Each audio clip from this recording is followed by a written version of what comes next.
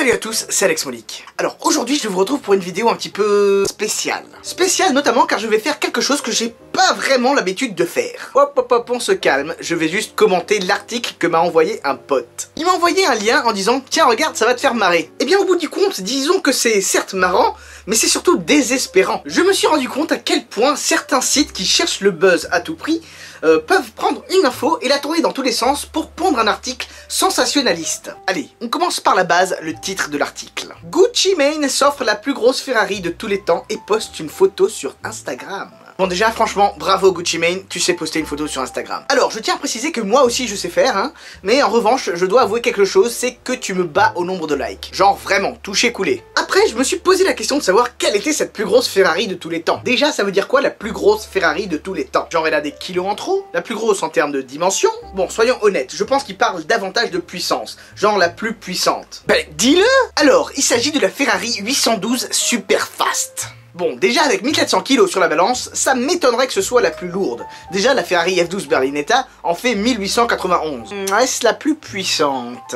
Alors, disons qu'avec ses 800 chevaux, elle fait clairement partie des Ferrari les plus puissantes ayant jamais existé. Mais bon, n'oubliez pas que je suis tatillon. Car oui, la palme revient quand même à cet hybride de la Ferrari et ses 963 chevaux, dont 800 sont issus de son moteur thermique et 163 du moteur électrique. Donc je suis vraiment désolé pour toi Gucci Mane, mais tu n'as pas la plus grosse Ferrari de tous les temps. Bon après t'as clairement pas de la merde, hein, soyons honnêtes. Mais soyons aussi factuels. En revanche, je veux bien croire que Gucci Mane a patienté 3 années sur liste d'attente avant de recevoir sa 812 Superfast. Voilà là une belle preuve de sagesse et de persévérance pour enfin faire partie de la grande famille Ferrari. Car en effet, lorsque tu es de nouveau client Ferrari, il faut quand même savoir s'armer de patience. Si je ne l'achète pas en premier, alors je n'en veux pas. Ah, bon mais je suis vraiment navré de te décevoir monsieur Gucci Mane, mais je pense que tu seras obligé de la rendre lorsque tu apprendras que tu n'es malheureusement pas le premier client à recevoir sa 812 Superfast. Enfin, genre mon pote Swisscars a déjà reçu la sienne, voilà plusieurs mois, et il a même eu le temps de lui coller des jantes dorées.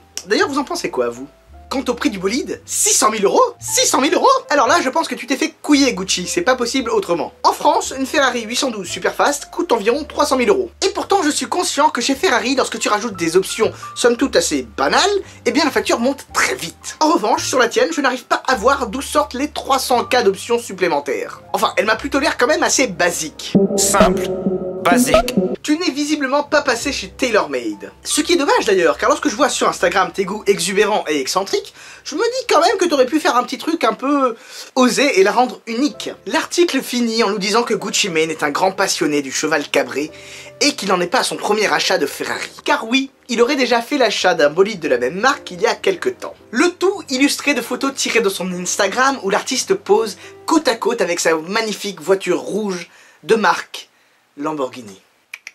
C'est rouge, c'est italien, mais c'est pas Ferrari, c'est Lamborghini. C'est vrai quoi, merde. En tout cas, il y a de quoi faire jaser à Sant'Agata et à Maranello. Après, je vais être sincère avec vous. Je ne m'attendais pas grand chose d'un article pondu par le mec qui a écrit « Insolite, il mange des piments beaucoup trop forts et finit à l'hôpital ».